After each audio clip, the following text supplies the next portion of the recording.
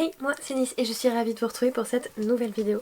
Comme vous avez pu le voir dans le titre, on se retrouve aujourd'hui pour que je vous présente en fait ma palle pour le challenge de Nina Quill, donc le challenge Romantasy 2024. Alors juste pour être clair, hein, on parle de palle, oui, mais on parle de pioche à livres parce que je vais vous présenter beaucoup de romans qui me font très envie. Mais c'est sûr qu'en 2 mois, j'aurai pas le temps de tout lire, hein, surtout avec mon rythme de lecture actuel qui est assez en dents de scie et assez pourri. Donc voilà, je vous ai fait une petite sélection des livres qui me tentent le plus pour le moment. Je vais pas vous cacher, j'ai fait 2 piles, une où je suis sûre à 99,9% qu'il s'agit bien de Romantasy et une où je suis pas sûre, mais j'ai vu des petits trucs dans le résumé qui pourraient me faire penser qu'on est sur de la Romantasy. Donc potentiellement je vais les prendre quand même. Et puis si ça rentre pas, tant pis, je les compterai pas dans le challenge.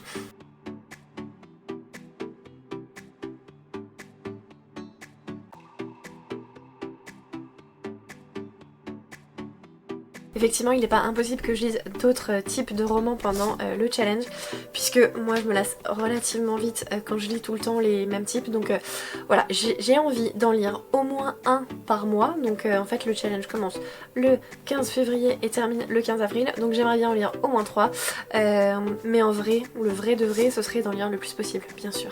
Allez, on s'installe confortablement et on va pouvoir commencer cette vidéo tout de suite parce que l'intro est déjà beaucoup trop longue.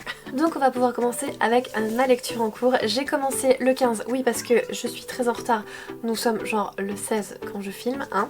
Donc j'ai commencé le 15 et ils vécurent malheureux à jamais. Il s'agit du tome 2 de la trilogie Once Upon a Broken Heart, Il était une fois un cœur brisé, donc de Stephanie Garber aux éditions de Saxus. J'en suis vraiment pas très loin, hein. Je vous l'ai dit que j'ai un tout petit rythme de lecture, donc j'ai lu même pas 40 pages, mais j'aime beaucoup cet univers, j'ai beaucoup aimé le tome 1. Je n'ai pas lu la saga Caraval qui est censée se passer avant, mais bon, ça me gêne pas. J'ai l'impression de comprendre, enfin qu'il me manque rien pour ma compréhension, mais voilà, j'ai commencé, ça fait trop du bien de retrouver les personnages, j'avais beaucoup aimé le tome 1. C'était pas un coup de cœur, mais j'avais beaucoup aimé le tome 1 et je suis très curieuse de poursuivre ma lecture de ce tome 2. Pareil, un roman qui me tente beaucoup depuis que je l'ai en ma possession, mais qui me fait peur parce que c'est quand même une belle petite bravasse, hein. Le sang et la cendre de Jennifer Ella Armentrout aux éditions toujours de Saxus. Oui, je l'ai toujours en... voilà, sous plastique, parce que comme ça je suis sûre qu'il s'abîme pas. Si je ne me trompe, je vous ai pas fait le résumé hein, de celui-ci, de celui d'avant, mais là on est sur une humaine avec ce qu'ils appellent une fatalité, donc une entité surnaturelle, plutôt enemies to lovers, j'ai l'impression. En tout cas, bon, ils cherchent quand même pas mal, c'est assez intéressant. Ici, aucune idée du trope, mais par contre, effectivement, je sais, j'ai vu pas mal de chroniques de ce roman-là, donc je sais que les deux protagonistes vont faire un petit peu des choses. A priori, là, il y a pas mal de spicy. Bon, on verra bien si je le sors. Un des favoris de Nina, histoire de lui faire quand même, enfin de lui rendre honneur, j'ai très envie de sortir Sorcery of Thorns de Margaret Rogerson. Donc là je l'ai aux éditions Big Bang dans cette sublime édition grimoire qui est beaucoup trop belle. Forcément j'ai craqué quand elle est sortie, mais je ne l'ai toujours pas lue. Et si ça me plaît et si je me décide enfin à la sortir, je pourrai enchaîner sur la suite, enfin la petite nouvelle complémentaire, donc Mysteries at Thorn Manors. Voilà, donc ça me ferait, ce serait vraiment génial puisque en 2 livres, bon, qui sont pas non plus super épais, surtout le deuxième, ça me ferait une saga complète, ce serait beaucoup trop bien dans mes stats. Voilà, donc là si je ne m'abuse, on va plutôt être sur une jeune fille qui va être bibliothécaire et elle va se prendre d'affection plus pour la personne qui tient la bibliothèque, je sais plus trop, mais bon bref, j'en ai beaucoup entendu parler quand il est sorti, il a fait beaucoup de bruit, j'ai essayé de pas trop me spoiler, mais bon voilà, c'est à peu près tout ce dont je me rappelle qu'il y a une histoire de bibliothèque et ça doit être genre élève et maître, quelque chose comme ça. La vidéo la plus pétée de l'histoire du challenge Romantasy. Bon là je me rends compte que je n'ai pas pris le bon tome, mais c'est pas très grave, hein. J'ai également envie d'avancer dans la saga L'Ascension de Camelot, donc là je vous ai sorti le tome 3 de Kristen White. Oui c'est ça, Kristen White. Oui c'est ça. Toujours aux éditions de Saxus, j'ai lu juste le premier tome, donc là c'est le tome 3, mais il faudrait que je lise le tome 2 avant. Ce serait très bien que je lise le tome 2 et le tome 3, comme ça j'aurais fini une saga supplémentaire puisqu'il s'agit d'une trilogie. Et là pourquoi je le range dans Roman Tessie, parce que c'est pas franchement évident, hein, mais vu que j'ai lu le premier tome, bon bah voilà, on va être sur forcément de la fantasy puisqu'on fait une revisitation des mythes arthuriens avec des sorcières, des dragons, des machins, des bidules et tout ça. Donc voilà, fantasy, ça c'est bon, c'est check. Et il y a quand même, dans le premier tome en tout cas, un petit développement des sentiments de Guenièvre envers Arthur. Donc voilà, pour moi ça marche. Je sais pas si dans les règles internationales de la romantasy ça marche pour de vrai, mais pour moi ça marche.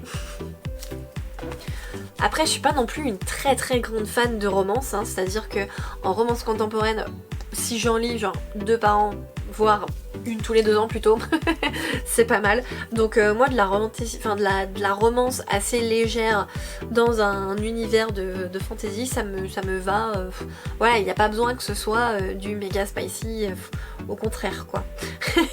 Du coup moi ce qui m'intéresse vraiment c'est surtout les univers de fantasy. Je sais pas pourquoi je dis ça, c'est pas grave, je divague. Allez, on avance. Je vous en ai parlé genre l'été dernier quand je les ai trouvés, hein, mais j'ai également mis la main sur la saga Twilight que je n'avais absolument pas lu étant ado, hein, alors que j'avais l'âge et tout, mais bon, à l'époque je lisais pas tellement. Donc je suis assez curieuse de découvrir au moins ce premier tome, à voir est-ce que ce sera chose faite dans le challenge, puisque pour vous faire une toute petite confidence, en ce moment en série télé je suis en train de regarder Vampire Diaries, donc j'ai peur que voilà, c'est plus ou moins le même thème, c'est plus ou moins la même chose. Voilà, j'ai peur de, pas forcément de m'embrouiller entre les deux, mais de faire forcément une comparaison et de trouver qu'il y en a un qui est nul par rapport à l'autre. Bref, j'en sais rien. Débat dans les commentaires, est-ce que Twilight est mieux que Vampire Diaries ou Vampire Diaries est mieux que Twilight?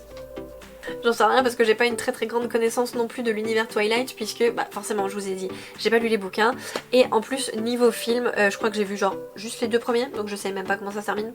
Un autre roman où je suis sûre qu'on va parler de Roman Tessie, il s'agit du Royaume des damnés de Kerry Maniscalco, toujours aux éditions de Saxus. Oui, je suis d'avant là, Twilight, je vous l'ai pas dit mais tout le monde le sait, Stéphanie Meyer aux éditions Hachette, voilà c'est bon, on passe. Je l'ai dit comme il faut, en plus du premier coup sans regarder. Donc le Royaume des damnés de Kerry Maniscalco, si j'ai tout bien compris, il va y avoir une histoire entre une jeune sorcière et comment dire, pas moins que la mort. Voilà.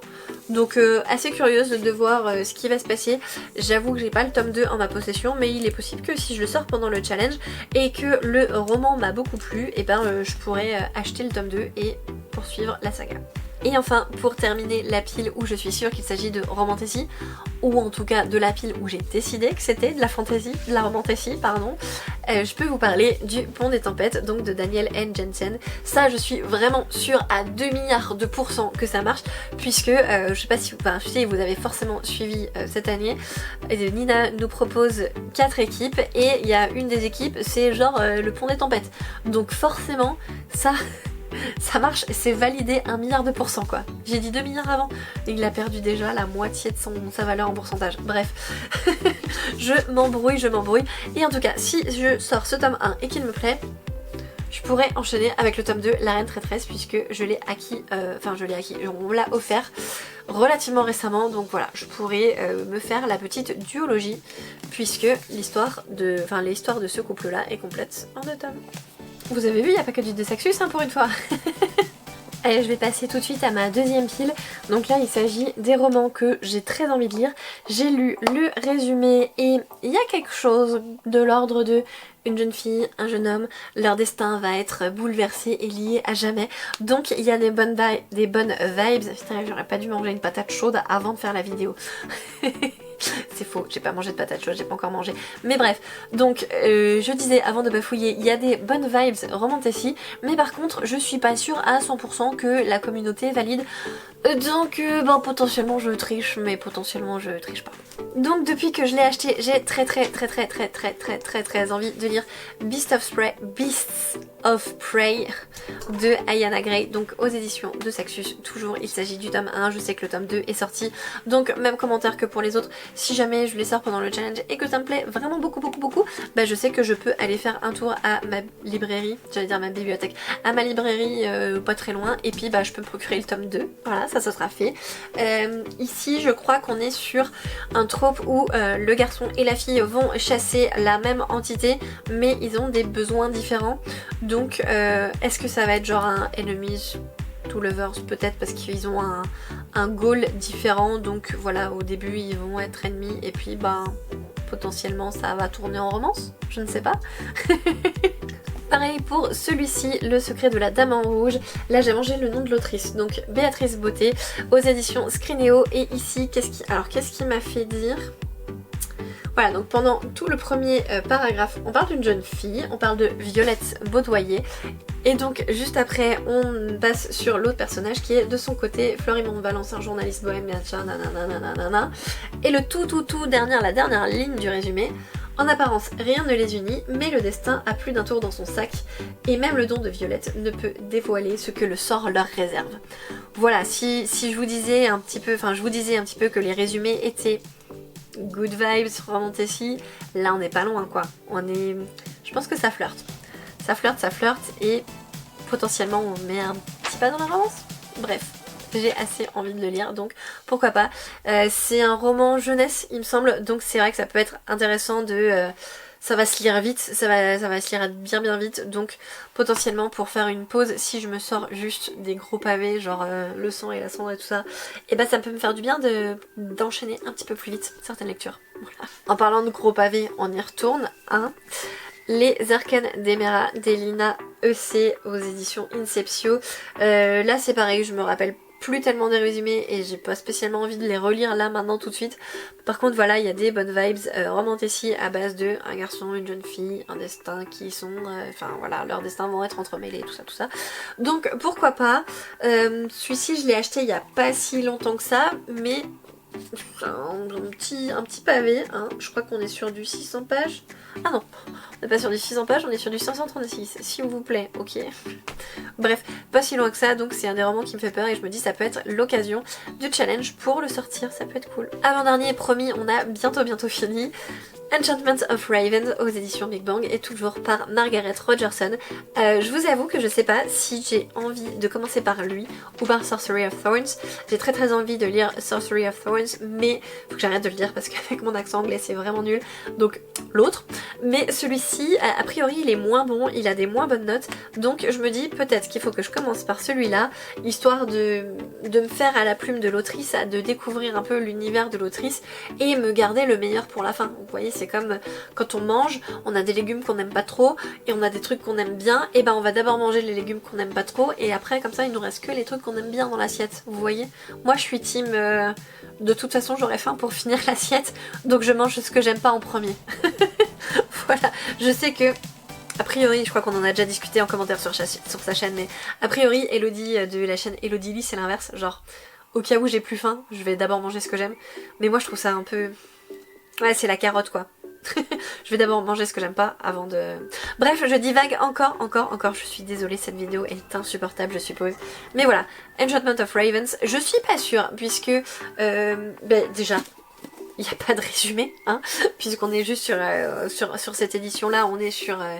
voilà, pas de résumé, mais on va être, si je dis pas de bêtises, sur une jeune fille qui va être embauchée par des nobles pour faire un truc genre... comment dire, artistique, et peut-être, voilà, je me base juste sur un peut-être.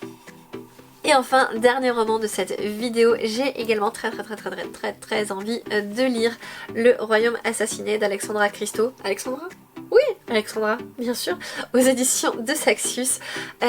On va ici être sur une sirène qui tue des hommes et la sirène va être punie, blablabla, elle va avoir des jambes, elle va devenir humaine et elle va être recueillie par le prince, un prince qui a juré de tuer les sirènes parce que bon bah les sirènes elles sont quand même méchantes, elles tuent des humains, voilà.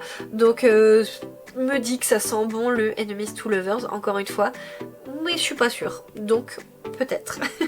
Voilà, je vous avoue que pour pas faire une vidéo super longue et surtout pour rester relativement, comment dire, raisonnable, je vous ai pas sorti l'intégralité des livres de ma bibliothèque qui peuvent rentrer dans le thème romantasy. Je vous ai vraiment fait une sélection des livres qui me tentent le plus, donc j'espère vraiment de tout cœur que j'arriverai à en lire le maximum. Je sais que l'intégralité de cette pile c'est beaucoup trop. 1, 2, 3, 4, 5, 6, 7, 8, 9, 10, 11, 12, 13, 14 livres en 2 mois. T'as jamais fait ça, Anaïs. En tout cas, pas juste des romans, mais avec des mangas peut-être, 14 séries, ouais peut-être, mais pas avec des romans. Donc, je suis quasiment sûre que ça va pas le faire, mais c'est pas grave, au moins j'ai une présélection. Je vous l'ai dit, potentiellement je lirai d'autres choses pendant cette période-là, mais j'aimerais vraiment arriver à dépop un maximum de trucs, de livres de cette pioche à lire sur les 2 mois qui arrivent. Voilà, sur ce, je vais m'arrêter là, la vidéo est terminée, je vous fais d'énormes bisous. N'hésitez pas à me dire, vous, si vous avez fait une petite pioche à lire ou une pile à lire pour le challenge de Nina. C'est toujours assez intéressant. En général, j'essaye de fureter un peu sur YouTube pour voir les pales des uns et des autres. Ça donne toujours des idées, bon, même si notre portefeuille n'est pas extensible, hein, on est d'accord. Et n'hésitez pas à me dire si vous participez aussi au challenge. Je vous fais d'énormes bisous, on se retrouve tout bientôt pour une prochaine vidéo et je vous souhaite un très bon ce que vous allez faire. Bisous.